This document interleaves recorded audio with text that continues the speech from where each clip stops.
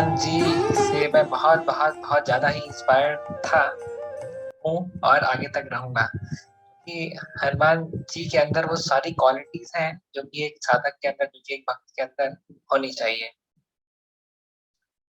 कि जिस समय मैं ब्रह्मचर्य आश्रम ज्वाइन कर रहा था, तो उस टाइम पे बहुत सारे अलग अलग हाँ फैमिली मेंबर्स ने, रिलेटिव्स ने प्रश्न किया, कह रहे आप कहाँ जा रहे हो, इस्कॉन जा रहे हो, इस्कॉन में तो राधा कृष्ण है, तो कृष्ण ने तो स्वयं ही विवाह किया था, एक दो से नहीं 16,108 रानियों से विवाह किया था, और रामचंद्र ने भी विवाह किया था, और जनक महाराज ने, प्रहलाद महाराज ने, दशरथ महाराज ने, सभी ने तो विवाह किया था। तो फिर आप ये किसके पद चिन्हों का पालन कर रहे हो, आप बेसिकली क्यों विवाह नहीं कर रहे हो? तो मैं भी थोड़ा मजाक में आंसर दिया करता था कि हम थोड़े हनुमान जी से ज्यादा इंस्पायर्ड थे, इसलिए ब्रह्मचर्य आश्रम में लैंड अप किए। तो तो वो भी हंसते थे, मैं भी हंसता था।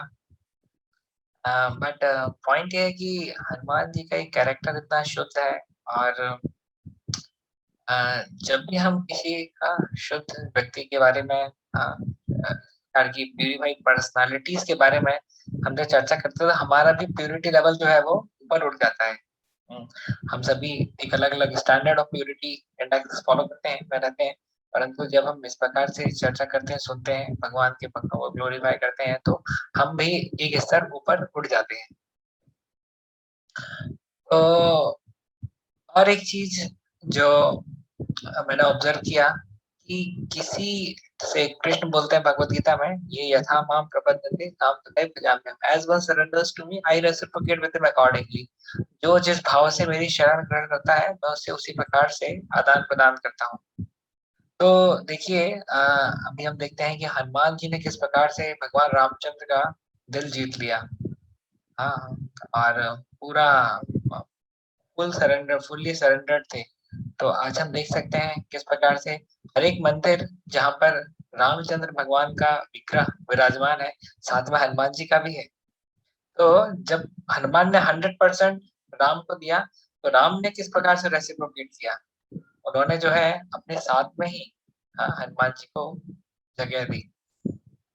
मैं किसी भी मंदिर में गया तो मैंने देखा सीता, राम, लक्ष्मण, हनुमान चारों साथ में ही मिले मुझे। तो तो that is the glory of devotional services. देखिए, शिल प्रभुपाद ने 69 ईयर्स की एज में 2 हार्ट अटैक होने के बाद भी अमेरिका जाकर के कार्डियोलॉजिस्ट के बारे में सर्च नहीं किया, बल्कि कृष्ण भावनामृत का प्रचार कैसे हो, कृष्ण भावनामृत का प्रचार कैसे हो, इसके बारे में सोचा। तो पूरा आखिरी के 10 साल हम देख सकते हैं किस प्रकार से श्रील प्रभुपाद ने अपने आप को प्रचार आंदोलन में अपने आप को संलग्न किया। तो आज जहाँ जहाँ इस्कॉन के सेंटर्स है, वहां पे श्रील प्रभुपाद की भी डीटी विराजमान है। इस्कॉन के आज 700 सेंटर है, तो 700 विग्रह इसी भक्ति वेदांत स्वामी श्रील प्रभुपाद के भी है। आगे आज से 1,000 साल बाद अगर 7,000 इस्कॉन के सेंटर्स आएंगे, तो उन 7,000 सेंटर्स में श्रील प्रभुपाद का विग्रह भी रहेगा। सो that is the glory of devotional services. जब हम कृष्ण के लिए कुछ करने के लिए सोचते हैं, तो हमको हमेशा कॉन्फिडेंट रहना चाहिए कि हमारी कल्पना से परे बेसिकली भगवान जाकर के हमारे साथ में रेसिप्रोकेट करने वाले हैं, जितना हम सोच भी नहीं सकते उससे ज्यादा। What is the beauty of devotee, the pastime of the devotees of Lord? It floods our heart with happiness and excitement. We feel of taking part in great adventure. pure, pure transformation of heart takes place, and it's an absorbing entertainment. तो ये सारी चीजें कब होती हैं? जब हम भगवान या भगवान के शुद्ध भक्तों के बारे में चर्चा करते हैं। तो कुछ एक क्वालिटीज, कुछ एक पास टाइम्स जो मैं सोचा थोड़े से समय में हम डिस्कस करके अपना और अप्रिशिएशन बढ़ाने का प्रयास करेंगे। देखिए, हर एक लेक्चर के बाद में हमको ये देखना चाहिए कि हम इस लेक्चर से लेकर के अप्लाई क्या करने वाले हैं अपने जीवन में। श्रवणम मननम निधिध्यासनम वंदनम। श्रवणम मीन्स हमने सुना, मननम मीन्स उसको कंटेम्पलेट किया, निधिध्यासनम मीन्स उसको अपने जीवन में अप्लाई किया, वंदनम मीन्स उसका प्रचार किया। ये चार चार एस्पेक्ट्स होते हैं, इसके बारे में हमको सोचना चाहिए। तो निधिध्यासन बहुत इंपॉर्टेंट है। इम्प्लीमेंटेशन, जो भी सुना है, जो भी कुछ उससे सीखा है, उसको अपने जीवन में, हम अपने दैनिक जीवन में किस प्रकार से लगाने वाले हैं, से हमारे अंदर में ट्रांसफॉर्मेशन आएगा। इल्यूजन और इग्नोरेंस कम होगा और हम we will be able to think clearly, see clearly, speak clearly. हमारी एक क्लैरिटी ऑफ माइंड जो है वो उसका इंडेक्स बढ़ जाएगा। हम बहुत बहुत स्पष्ट तरीके से देख पाएंगे, सोच पाएंगे, बोल पाएंगे, सब कुछ स्पष्टता के साथ कर पाएंगे, जितना ज्यादा हमारे अंदर से इग्नोरेंस और इल्यूजन कम हो जाएगा। तो जब वनवास रामचंद्र भगवान को हो चुका था, और उसके बाद में ऑलरेडी जिस समय सीता जी का हरण हो चुका था रावण के द्वारा, उस समय जब सीता जी की खोज में राम और लक्ष्मण निकले हुए थे, तो जाकर के जब वो अ, वन वन में जा रहे थे, तब वहां जाकर के हनुमान जी की रामचंद्र से भेंट हुई। रामचंद्र भगवान तो पहचान लिए हनुमान को, पर उस समय हनुमान जो कि सुग्रीव का आदेश पालन करते हुए उनके बारे में इन इन वनचारियों के बारे में पता लगाने के लिए आए थे। उस समय तुरंत एक बार में हनुमान जो है भगवान रामचंद्र को नहीं पहचान पाए। और जिस समय पहचाना, अच्छा ये हमारे प्रभु श्री राम है, उस समय उनके अंदर devotion, the the waves of devotion starts flowing in उनके हृदय में, जो अ, की भक्ति की जो लहर है वो उमड़ उमड़ पड़ी। हाँ, हिंदी में कहेंगे उमड़ पड़ी। Because he was a eternal devotee of Lord Ram. कि हम सब भी भगवान के भक्ति हैं, परंतु हमारा हमारा जो लेवल ऑफ इग्नोरेंस है, वो मतलब जिस जिस इग्नोरेंस के लिए ने ढक ढक करके रखा है हमारे भक्ति में एस्पेक्ट को, उसको हमको हटाने के लिए, मिटाने के लिए साधना भक्ति की अग्नि की आवश्यकता होती है। तो वहां से शुरुआत होती है। और जिस समय पता लगता है कि अच्छा ऐसा ऐसा हुआ है, रावण कोई कोई तो है जो इनको सीता जी को लेकर के चला गया है। 4 टीमों का विभाजन होता है, उत्तर, दक्षिण, पूर्व, पश्चिम, चारों दिशाओं में जो है एक एक नेता बना दिए जाते हैं और उनको भेज दिया जाता है। और बाद में जिस समय हनुमान जी जिस दक्षिण वाली टीम में रहते हैं, तीनों तीनों तीन जो उनके जो टीम्स थी, नॉर्थ, ईस्ट और वेस्ट वाली, तीनों को असफलता मिलती है। अब केवल साउथ वाली टीम जिसमें हनुमान जी स्वयं थे, उनके ऊपर पूरी उम्मीदें टिकी हुई हैं। और अभी जिस समय ये लोग जटायु के भाई अ, अ, जटायु के भाई से मिलते हैं, और वो जब इनको बताता संपत्ति, तो वो जब बताता है कि किस प्रकार से जो रावण है, लंकापति रावण है, वो सीता जी को लेकर के गया है, तो वो जाकर के वहां पर जामवंत जो है, वहां पर फिर प्रश्न पूछते हैं कि कौन ऐसा योद्धा है जो कि समुद्र को पार करके लंका तक जा सकता है। तो वहां पर अलग अलग योद्धा अलग अलग अपनी शक्ति के बारे में सोचते हैं, और उस समय हनुमान जी कुछ नहीं बोलते हैं, पर क्योंकि वो विनम्र भी थे और उनको एक श्राप भी लगा हुआ था कि वो अपनी शक्तियों का एहसास तब कर पाएंगे जिससे मैं उनको कोई उनकी शक्तियों के बारे में अवगत कराएगा। देखिए ये बहुत इंपॉर्टेंट पॉइंट है। हमारे अंदर भी असीमित क्षमताएं हैं, परंतु हमको भी गुरु की आवश्यकता होती है जो कि हमारी शक्तियों को हमको याद दिलाते हैं। देखिए हम सभी के अंदर हम कन्वर्सेशन है, कुछ ट्रांसफॉर्मेशन है। हम हमेशा वैसे नहीं थे जैसे आज। हाँ, फॉर एग्जाम्पल अभी जो कि मैं डीटीएस की सर्विसेज के लिए जाता हूँ, तो सुबह 3:15 बजे उठता हूँ। तो क्या पहले से ही 3:15 बजे उठता था? नहीं, पहले तो मैं 8 बजे उठता था। जब मैं हॉस्टल में था तो 8 बजे उठता था। तो 8 बजे से 8 बजे का ये जो जो टाइम था, तो बहुत लंबे समय तक पालन किया। 8 बजे से लेकर 3:15 बजे तक की जर्नी कैसे कैसे कैसे संभव हुई? हाँ, क्योंकि जो शिक्षा गुरु थे, हाँ मेरे कुछ जो शिक्षा गुरु थे, उन्होंने बीच बीच में अवगत कराते रहा कि नहीं नहीं तुम कर सकते हो, तुमको उठना चाहिए, सुबह उठने से लाभ होगा, सतोगुण रहेगा, you will be able to think clearly. सतोगुण जो है वो अपने आप में सुख प्रदान करने वाला गुण है। तो इस माध्यम से अभी बिना किसी समस्या के 3:15 बजे जो है उठ जाते हैं। 3:45 बजे ऑल्टर में रिपोर्ट करना रहता है डीटीज की सेवा के लिए। तो एक अलग से एक जॉय रहता है, एक उत्साह रहता है। तो हमको हमारे अंदर बहुत सारी क्षमताएं हैं, परंतु उन क्षमताओं से हम कभी खुद ही अवगत नहीं होते, तो हमको गुरु की आवश्यकता रहती है जो हमको अवगत करा। तो यहाँ पर जो जामवंत थे, उन्होंने एक गुरु का काम किया, जिन्होंने हनुमान की अंदर जो अद्भुत क्षमताएं थी उनका प्रकाश किया और हनुमान को कहा कि अभी तुम भगवान रामचंद्र की सेवा के लिए अपने गुणों को जाहिर करना है, उनको गुणों को उपयोग करना है। और उस समय जब भगवान रामचंद्र की सेवा की आई तो हनुमान जी जय श्री राम बोलते हुए अपने आकार को बड़ा कर लिए। अब एक बहुत इंपॉर्टेंट पॉइंट आता है। क्या पॉइंट है? देखिए ज्यादातर लोग जो है वो क्रिटिसाइज करते हैं एक दूसरे के, किसी किसी को कुछ सफलताएं भी मिल जाती हैं तो उन सफलताओं को भी जनरली हम देखते हैं कि क्रिटिसाइज किया जाता है। अप्रिशिएशन कम रहता है, क्रिटिसिज्म ज्यादा रहता है। तो हम देखेंगे कि जैसे जैसे व्यक्ति की चेतना जो है अगर ऊपर उठती है तो वो क्रिटिसिज्म के जोन से आता है ऊपर उठ करके एक्नॉलेजमेंट के जोन में। अगर किसी ने हमारे हमारे बारे में कुछ अच्छा किया या कोई अच्छा कर रहा है तो हम उसकी गुड एक्टिविटीज को एक्नॉलेज करते हैं। कॉन्शियसनेस लो है तो क्रिटिसाइज करेंगे, कॉन्शियसनेस और अच्छी है तो हम उसको एक्नॉलेज करेंगे। करेक्ट। और ज्यादा कॉन्शियसनेस जब ऊपर उठती है तो क्या होता है, हम अप्रिशिएट करते हैं दूसरों के अच्छे वर्क को, अप्रिशिएट सराहना करना शुरू कर देते हैं। और ज्यादा कॉन्शियसनेस ऊपर उठती है तो क्या करते हैं, we hardly glorify, we are thankful towards him, we hardly glorify him. और ज्यादा कॉन्शियसनेस ऊपर उठती है तो क्या होती है, हम उसकी सक्सेस को ब्रॉडकास्ट करना शुरू कर देते हैं, है ना, कि ये व्यक्ति इतना महान है, इतना अच्छा है, ब्रॉडकास्टिंग द ग्लोरीज। और ज्यादा कॉन्शियसनेस ऊपर उठती है तो हम जो है दूसरों की सफलताओं के लिए प्रार्थना करना शुरू कर देते हैं। और ज्यादा कॉन्शियसनेस ऊपर उठती है तो हम दूसरों की सफलता के लिए सैक्रिफाइस करने तैयार हो जाते हैं। और बोलेंगे एग्जाम्पल, एग्जाम्पल है ये जो बंदर थे भगवान रामचंद्र की सेवा में, ये है एग्जाम्पल।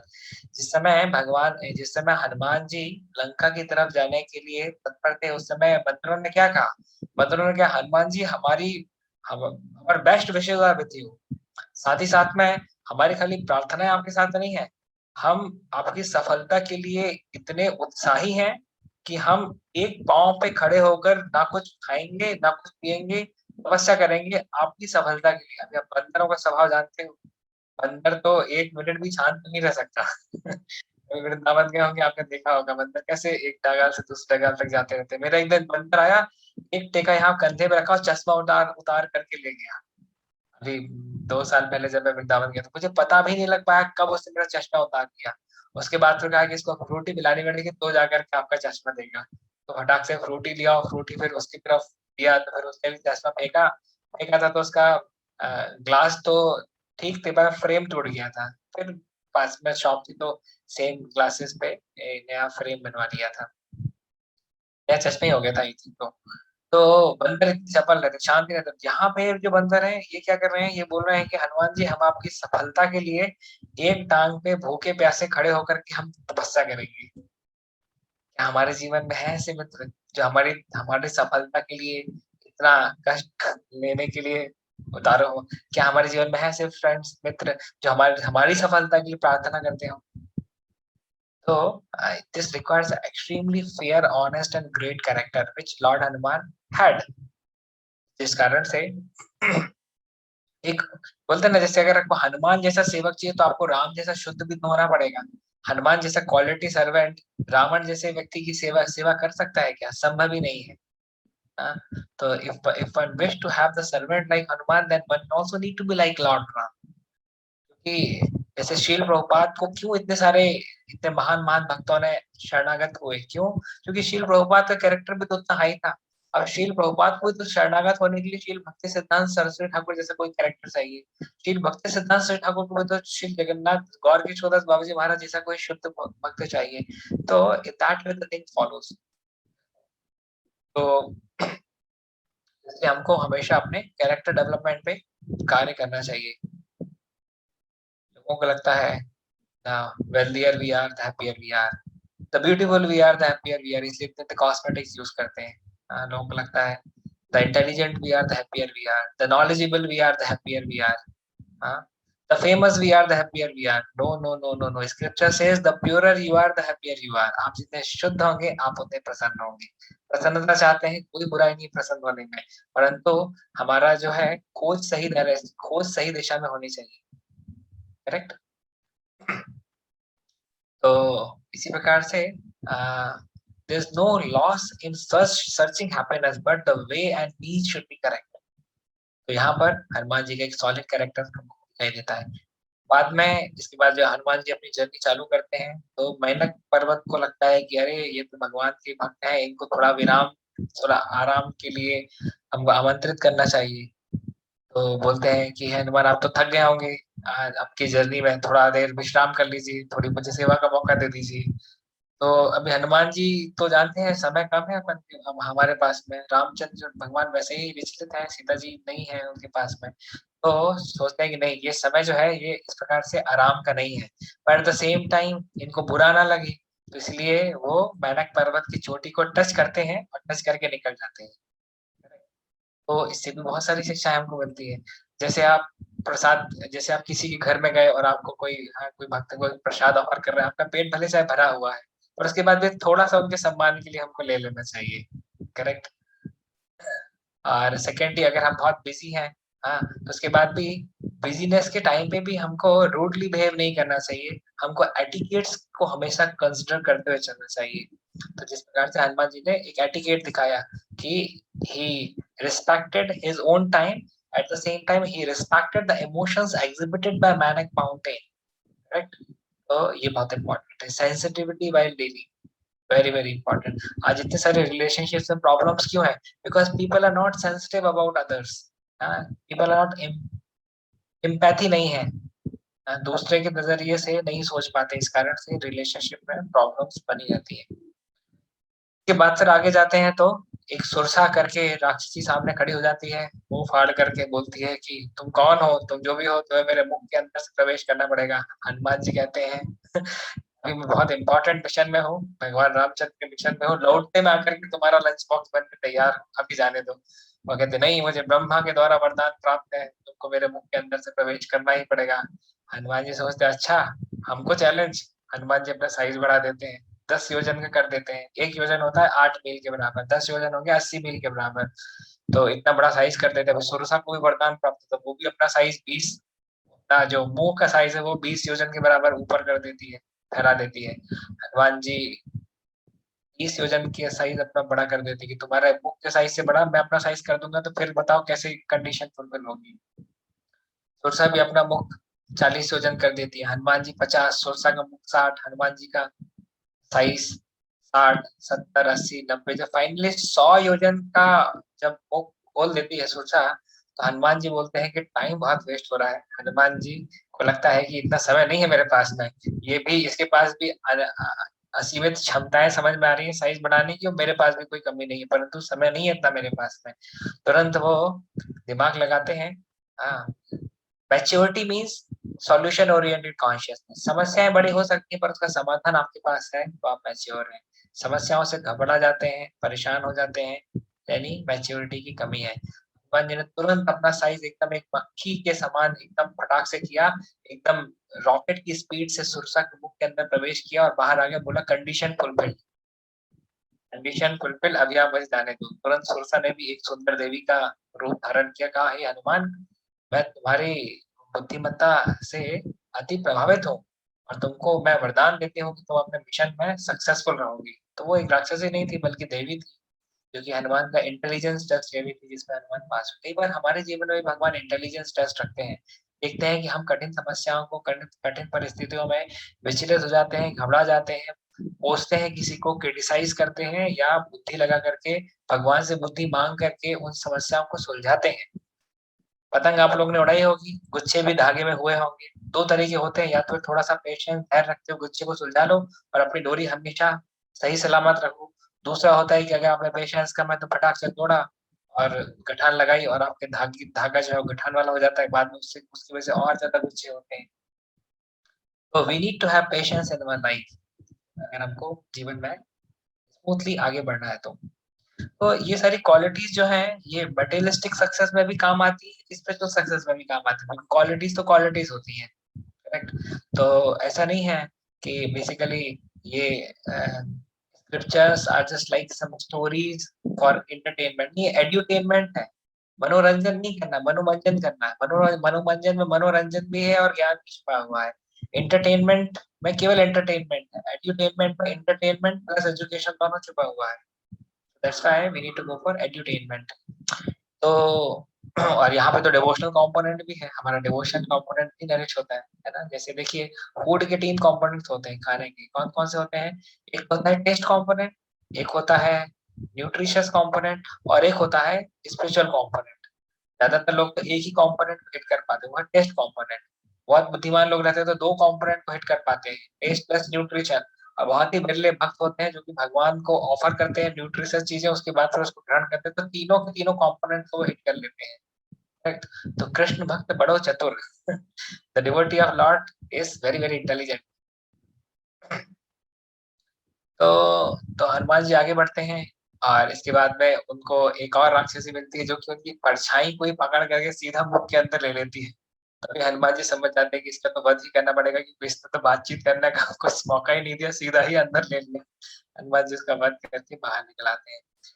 के बाद में उनको जो रावण के द्वार पे भी एक राक्षसी मिलती है जो कि द्वारपाल का काम करती रहती है। तो वो हनुमान जी को आइडेंटिफाई कर लेते, देख लेते, हालांकि उन्होंने काफी अपना छोटा साइज किया हुआ था, उसके बाद भी इसको आइडेंटिफाई कर लेती है, कर लेती है। तो हनुमान जी को फिर रोकती है, तो हनुमान जी उससे छुटकारा पाने के लिए उसको एक घूंसा जड़ते हैं। जैसे उसको घूंसा जड़ते हैं तो उसका एक दांत टूट जाता है, और उसको ब्रह्मा जी की वाणी याद आती है कि जिस जब तुम्हारा जब जब जब किसी के प्रहार से तुम्हारा दांत टूटेगा, उस समय जो है लंका का संहार हो जाएगा। उस समय से समझ लेना कि लंका का संहार होना शुरू हो जाएगा। उसको भी समझ में आता है कि अच्छा ये कोई साधारण व्यक्ति नहीं है, और अभी लंका का भी संहार होने वाला है। तो फाइनली हनुमान जी जो है अशोक वाटिका में प्रवेश कर जाते हैं। अशोक वाटिका में प्रवेश करके वो देखते हैं कि अरे नहीं, पहले तो वो बहुत ढूंढते हैं, सीता जी को बहुत ढूंढते हैं। और ढूंढने ढूंढने पे समझ में नहीं आता कहाँ पर है। अब सीता जी का डिस्क्रिप्शन तो बताया था भगवान रामचंद्र ने कैसी दिखती है क्या है, परंतु इस प्रकार का कोई डिस्क्रिप्शन इनको मिल ही नहीं रहा था। फाइनली जब ये रावण के इनर चैम्बर्स में जाते हैं, जहाँ पे रावण जो है वो सोया हुआ था, भोग करने के बाद में अपनी सभी पत्नियों के साथ भोग करने के बाद में सोया हुआ था, तो वहां पर जाकर के वो देखते हैं कि बहुत ही अद्भुत सुंदरी जो है वहां पर लेटी हुई है, जो कि मंदोदरी थी असली में। तो जो जो जिस प्रकार की सुंदरता का डिस्क्रिप्शन भगवान रामचंद्र ने दिया था, उस प्रकार की सुंदरता से मिलता जुलता डिस्क्रिप्शन जो है मंदोदरी का समझ में आ रहा था उनको। एक समय के लिए हनुमान जी बहुत प्रसन्न हो जाते हैं कि फाइनली मुझे सीता मिल गई है, और अपनी बच्ची को चूमते हैं और खुश हो जाते हैं। तो फिर उनको लगता है कि नहीं नहीं, सीता तो महासती थी। हाँ, ये तो संभव ही नहीं है। सीता जो है किसी अन्य पुरुष के साथ में लेटने से पहले तो उनके प्राण ही निकल जाएंगे, ये तो संभव ही नहीं है।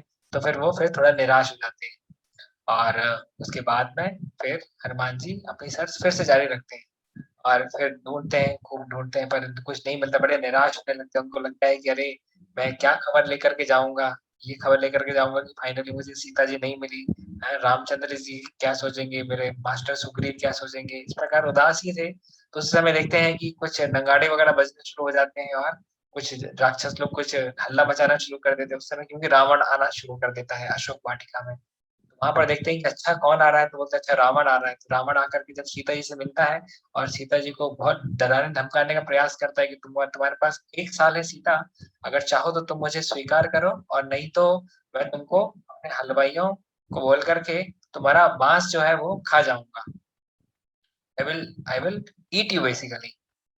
तो तो इस प्रकार से सीता जी जो है वो थोड़ा धीरे धीरे रोना शुरू कर देती है, और जब वो रावण चला जाता है, तो सीता जी की आंखों में आंसू देख करके हनुमान जी को भी बहुत बहुत आघात पहुंचता है, और ही ऑल्सो स्टार्ट्स क्राइंग, उनको उनकी भी आंखें जो है वो नम हो जाती हैं। बाद में अभी तो बहुत छोटा सा साइज रखे हुए थे, और छोटा सा साइज तो रखे थे, परंतु ये राम जी को ग्लोरीफाई करना शुरू कर देते हैं, और उससे सीता जी का ध्यान जो है आकर्षित करते हैं, और फाइनली सीता जी के सामने जाकर के बोलते हैं कि मैं जो हूँ मैं हनुमान हूँ। परंतु सीता को लगता है कि मालूम नहीं है, कोई नया रूप है, नया रूप बदल करके तो रावण नहीं आगे, वैसे ही बहुत रूप बदलने में माहिर है रावण। पहले देखो सन्यासी का रूप लेकर के आकर के हमको उठा करके ले गया। तो सीता ट्रस्टेड एक्चुअली हाँ, a सन्यासी, but he was he was disguising himself. Ravana disguised himself. यहाँ से भी हमको एक शिक्षा मिलती है कि अगर, हाँ, कि यहाँ पे हमारे भारत देश में साधुओं की भी बदनामी इस कारण से हुई क्योंकि साधु ने अपनी साधुता मेंटेन नहीं की। साधुओं के कपड़े पहन लेने से कोई व्यक्ति साधु नहीं हो जाता, तिलक लगाने से, कंठी माला पहनने से, सैफरॉन क्लॉथ पहनने से कोई साधु नहीं हो जाता, बल्कि उसका हृदय जो है वो साधु का होना चाहिए। क्योंकि सीता जी ने भी तो ट्रस्ट किया था रावण को क्योंकि वो साधु के वेश में आया था। तो इस प्रकार से जो भी साधु हैं उनके लिए बहुत जरूरी है कि वो केवल बाह्य रूप से साधु ना हो बल्कि आंतरिक रूप से भी साधु रहे, साधु बनने का प्रयास करें और साधु बने। अ, तो यहाँ पर सीता जी को डाउट होता है कि मालूम नहीं है रावण है कौन है, तो तब जाकर के वो जब जैसे ही डाउट उत्पन्न करती है, जैसे ही डाउट एक्सप्रेस करती है हनुमान को, उसी समय हनुमान जो है को जिस हनुमान को भगवान रामचंद्र ने जो एक अंगूठी दी हुई थी, जो कि सीता जी तुरंत देख करके पहचान जाती है, तो उससे फिर ट्रस्ट बिल्डिंग शुरू होता है कि वो पहचान, हाँ ये जरूर से रामदूत है क्योंकि ये अंगूठी जो है वो राम के अलावा किसी और के पास हो ही नहीं सकती, जरूर से राम ने ही इसको दी है, इनको दी है, इस कारण से इनके पास में। तो जाकर के ट्रस्ट जो है वो रिवाइव होता है और सीता जी फिर हनुमान से अच्छे से बात करना शुरू करती है।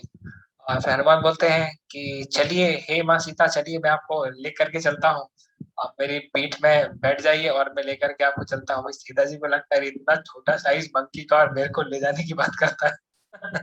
तो सीता जी कहती है कि देखो, आ, ये तो सही नहीं है कि मैं किसी दूसरे पुरुष को स्पर्श करूं क्योंकि मैं तो एक सती स्त्री हूँ, मैं तो रामचंद्र के अलावा किसी दूसरे व्यक्ति को स्पर्श भी नहीं कर सकती। और दूसरा बोलते हैं कि "हे हनुमान, तुम्हारी पीठ पे मैं अगर बैठती भी हूँ और मैं चलूंगी तो बीच में सारे राक्षस जो है वो तुम पे अटैक करेंगे, तो वैसी स्थिति में कैसे संभव हो पाएगा। मैं तो तुम समुद्र के रास्ते से निकाल के ले जाओगे तो वहां से मैं गिर जाऊंगी। तो इस प्रकार से वो आर्गुमेंट्स देती है, तो हनुमान जी भी अपना साइज एकदम बड़ा कर लेते हैं और आर्गुमेंट्स को काटना शुरू कर देते हैं। बोलते हैं कि मैं कोई पराया व्यक्ति नहीं हूँ, मैं तो आपके पुत्र के समान ही हूँ, तो पुत्र का स्पर्श तो माता के लिए कोई समस्या, कोई कोई दिक्कत वाली बात नहीं है। दूसरा बोलते हैं कि मेरा शरीर इतना शक्तिशाली है और मेरा मेरा शरीर इतना शक्तिशाली है कि राक्षसों के इस प्रकार के प्रहार से मैं बचा करके आपको ले जा लूंगा। और बोलते हैं कि समुद्र जो है वो समुद्र तो आपके ही पिता है, तो उससे आपको क्या भय। हाँ, इस प्रकार से आप निसंदेह निसंकोच होकर के मेरी पीठ पे जाइए और मैं तुरंत आपको यहाँ से ले जा करके भगवान श्री राम के चरणों में आपको समर्पित कर दूंगा। फिर भी सीता जी बोलती कि नहीं नहीं, यहाँ यहाँ से बाहर, खाली मुझे बाहर निकलना मेरा उद्देश्य नहीं है, बल्कि यहाँ से बहुतों को फ्री करवाना, बहुतों को यहाँ से अ, इस रावण की लंका में जो बंधे हुए बंदिश है इनको फ्री कराना भी मेरा उद्देश्य है। दूसरा, मैं चाहती हूँ कि भगवान रामचंद्र स्वयं मेरी रक्षा के लिए आए। हाँ, जैसा कि मैंने विवाह में वचन दिया था कि मैं हर परिस्थिति में तुम्हारी रक्षा करूंगा, तो मैं चाहती हूँ कि भगवान रामचंद्र ही मेरे मुझे आकर के मेरे उद्धार का कारण बने। तुम केवल रामचंद्र जी के पास में, हाँ, मेरा ये संदेश ले जा लो। हाँ, और कुछ कुछ को साथ में कुछ निशानी दे देती है ताकि रामचंद्र जी से मिले, हनुमान जी बता सके कि हाँ इस प्रकार से मेरी सीता से भेंट हुई थी। उसके बाद फिर वहां पे सीता जी से वो बोलते हैं कि अरे मैं तो बहुत लंबे समय से कुछ खाया नहीं हूँ, तो आपकी परमिशन हो तो अशोक वाटिका में थोड़ा फल खा लूं। सीता जी बोलती हाँ खा लो, क्या समस्या है। और ये फल खाने तो जाते ही इतने पेड़ तोड़ते हैं कि पूरा पूरा हाहाकार मच जाता है और सब राक्षस लोग दौड़ करके इनको पकड़ने के लिए आते हैं, तो बड़ी रिक्शम रिक्शम होती है और ये सब राक्षसों को परास्त कर देते हैं।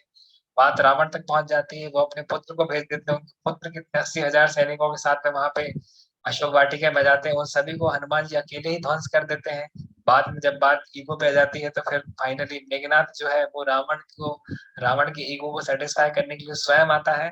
और फाइनली जब मेघनाथ का भी कोई अस्त्र काम नहीं चलता है तो वो उसको ब्रह्मास्त्र या नागपाश से कोई अस्त्र से हनुमान जी को बांध देता है। हनुमान जी को बांधना संभव नहीं था, पर वो अस्त्र की रिस्पेक्ट करते थे, आदर करते थे, इसलिए खुद का बंधन जो है वो स्वीकार कर।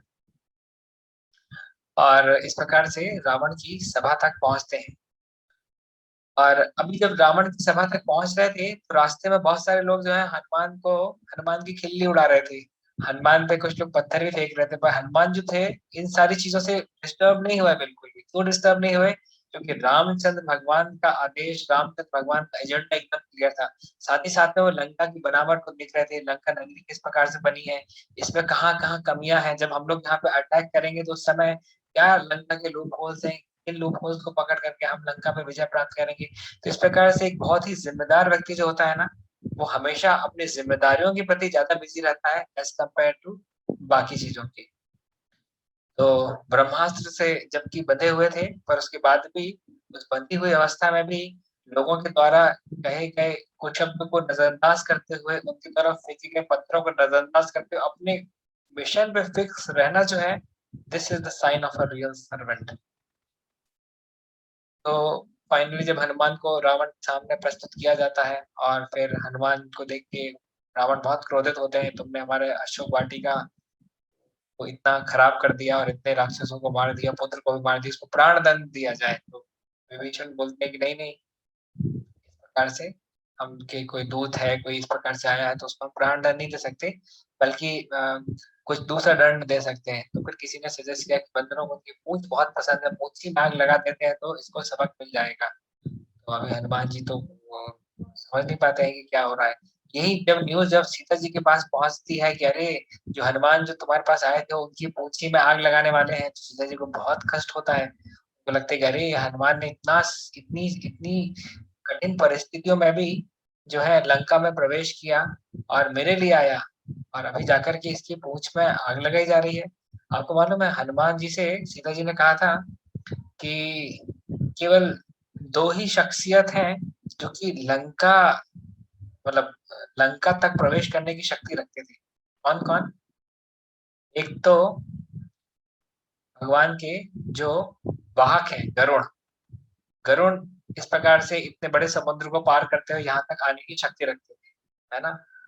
और कौन रखता था? एक गरुड़, दूसरा वायु। अदरवाइज और किसी तीसरी पर्सनालिटी में इतनी क्षमता नहीं थी कि वो इस प्रकार से यहाँ तक प्रवेश कर पाए। अभी सीता जी का बहुत हाई कंसर्न आता है कि अरे हनुमान की पूंछ कैसे आग लगा देंगे और ऐसा वैसा। तो फिर वो सच्चे मन से प्रार्थना करती है। हाँ, क्या प्रार्थना करती है? कि अगर मैंने पूरी ईमानदारी के साथ में अगर भगवान रामचंद्र के प्रति अपनी पतिव्रता व्रत का पालन किया हो, तो अग्नि जो है वो ठंडी प्रतीत हो। हाँ, अग्नि जो लगेगी हनुमान की पूंछ में है वो ठंडी प्रतीत हो। तो अग्नि को उसका धर्म चेंज करने के लिए बोला जा रहा है। तो वी कैन अंडरस्टैंड कि अग्नि कभी इसके पहले अपना धर्म जो है चेंज नहीं की। हनुमान जी को जब पूंछ में आग लगाते हैं तो हनुमान जी को ठंडा ठंडा प्रतीत होता है, तो लगता है क्या लगा रहे, आग लगा रहे, क्या लगा रहे, ठंडा क्यों लग रहा है। उसी समय हनुमान जी को लगता है कि हनुमान जी सोचते हैं कि जरूर से ये भगवान रामचंद्र का आशीर्वाद है, या सीता जैसी सती स्त्री को मैंने थोड़े समय के लिए प्रसन्न किया था, उसका परिणाम है कि अग्नि ने ही अपना धर्म चेंज कर दिया और आज अग्नि जो है मुझे ठंडी ठंडी प्रतीत हो रही है। तो अभी हनुमान सोचते चलो इस मौके का भी फायदा उठाया जाए। तो हनुमान जी उड़ना शुरू कर देते हैं और अपनी पूंछ में लगी हुई आग से लंका लंका को जलाना शुरू कर देते हैं। अभी देखिए यहाँ पे कॉन्ट्रडिक्शन है। भले चाहे हनुमान के लिए वो आग ठंडी हो, पर जो आग घरों में लग करके उनको जला रही है वो गर्म है और वो नाश करने वाली है। करेक्ट। तो इस माध्यम से उन्होंने मौके का फायदा उठाया और लंका को आग लगा दी। एक बंदर ने इतना हाहाकार मचा दिया, जाते जाते बोला हनुमान ने रावण से कि हे हनुमान, हे रावण, सोचो मैं तो एक इनसिग्निफिकेंट सा, एक मतलब एक बहुत ही तुच्छ वानर हूँ राम की सेना में, और मेरे से बहुत महान महान शक्तिशाली शक्तिशाली वानर हैं। जब सबके सब यहाँ रावण लंका तुम्हारे रावण तुम्हारे लंका में प्रवेश करेंगे तो तुम सोचो क्या स्थिति होगी। एक एक हनुमान तो तुमसे संभला नहीं। प्रकार से बोल करके चले जाते हैं। देखिए कितने इंटेलिजेंटली कार्य किया हनुमान जी ने। जिस प्रकार से अगर हम अपने आप को भक्त बोलते हैं तो हमको बुद्धि का प्रयोग हमेशा करना चाहिए। कैसे हम अपनी बुद्धि से भगवान की सेवा कर सकें, उनके नाम का प्रचार कर सकें, उनके भक्तों की सेवा कर सकें, इसके बारे में हमको अपनी बुद्धि को लगाना चाहिए। इसको कहते हैं transcendentally inspired intelligence, TII, transcendentally inspired intelligence. ये हमारे पास होना जरूरी है। तो माध्यम से हनुमान जी जो है वो वापस जाते हैं। वापस आकर के जब भगवान रामचंद्र को सीता जी के बारे में बताते हैं, और जो उन्होंने एक निशानी अपनी दी थी अ, हनुमान जी के साथ में, जो प्रूव करती थी कि ये सीता जी से मिले हैं, वो भी रामचंद्र भगवान को गिफ्ट करते हैं। और फाइनली भगवान रामचंद्र कहते हैं कि अभी हे हनुमान, अभी मेरे पास जो तुमने जिस जिस लेवल की न्यूज तुमने मुझे दी है, जिस प्रकार की तुमने प्रसन्नता मुझे प्रदान की है, इसको इसका आदान प्रदान करने के हिसाब से मेरे पास अभी कुछ है ही नहीं तुम्हारे पास। तो तुरंत वो बोलते हैं ठीक है, आओ मैं तुम्हें अपना आलिंगन देता हूँ। तो इस समय हनुमान जी को रामचंद्र भगवान जो है अपना आलिंगन प्रदान करते हैं। ये हनुमान जी की सबसे बड़ी गिफ्ट थी। तो ये है भगवान और भक्त के बीच में एक अच्छा आदान प्रदान। तो बहुत सारी रोचक रोचक स्टोरीज हैं रामायण में, और भी बहुत सारे पास टाइम्स हैं। और मैं सोचता हूँ कि आखिरी के 15 मिनट कुछ प्रश्न उत्तर के लिए रख लिए जाएं। और हालांकि ज्यादातर लोगों ने तो सारे सारे पास टाइम तो सुने हुए हैं, परंतु ऐसा थोड़ी है कि हमने एक बार एक बार हमने रसमलाई खाई है तो दूसरी बार नहीं खाएंगे। तीसरी बार भी खाते हैं और चौथी बार भी खाते हैं, रसमलाई हमेशा खाते हैं, है ना। या कोई भी अच्छी अल्फांसो मैंगोज है, तो हम हर गर्मी की सीजन में अच्छे अच्छे मीठे मीठे आम खाते हैं। तो इस प्रकार से रामायण के जो पास टाइम्स हैं, इनकी मिठास कभी ना कम होने वाली मिठास है। आप 1000 बार खाएंगे, उसके बाद भी 1000 बार एक भी बार भी खाएंगे, इसका इन पास टाइम को सुनेंगे तो आपको आपके हृदय में प्रसन्नता का संचार होगा। So that is the beauty of lord's pastime. तो यहाँ पर जाकर के हम कुछ प्रश्न उत्तर ले सकते हैं। किन्हीं की कोई प्रश्न हो तो वो हैंड रेस कर सकते हैं पार्टिसिपेंट जाकर के। इसमें एक प्रश्न तो चैट में आ गया है कि which book is authentic, Valmiki Ramayana और तुलसीदास रामायण। तो ये कहेंगे कि वाल्मीकि ने सबसे ओरिजिनल जो रामायण जो लिखी थी वो वाल्मीकि ने लिखी थी। और वी डोंट से कि रामचरितमानस इज नॉन बोनाफाइड और बोनाफाइड करके, परंतु जो सबसे पहली जो रामायण थी वो इन्होंने लिखी थी, वाल्मीकि जी ने लिखी थी, जो कि सुप्रीमली ऑथेंटिक है, no doubt about it. But at the same time जब रामचरितमानस लोग पढ़ते हैं, उसमें भी लोगों का डिवोशनल वेक्टर शूट अप होता है, और उससे भी वो लोग सरल भाषा में है ना, तो सुनने में बोलने में अच्छा लगता है। रामचरितमानस की चौपाइयाँ जो है, तो इस sense please post your question, raise your okay, hand raise कर सकते हैं या चैट बॉक्स में जाकर के बता सकते हैं। कोई पॉइंट आपको अच्छा लगा, पॉइंट शेयर कर सकते हैं। क्वेश्चन हो तो अच्छी बात है, तो पॉइंट्स भी शेयर कर सकते हैं। हरे कृष्णा प्रभु, दंडवत प्रणाम। प्रणाम। प्रभु, बहुत ही अच्छा टॉपिक आपने लिया रामायण के ऊपर। और बहुत अच्छा लगा आपने जो लास्ट में बोला ना कि जितनी मिठास लो उतनी ही कम लगती है। प्रभु, एक बात है, जैसे हनुमान जी को जब फर्स्ट टाइम राम जी मिले खोज करने में सीता माँ के, है ना, तो उनको जब उन्होंने पता किया ये मेरे प्रभु हैं, तो एकदम से उनके में अंदर भक्ति उमड़ गई।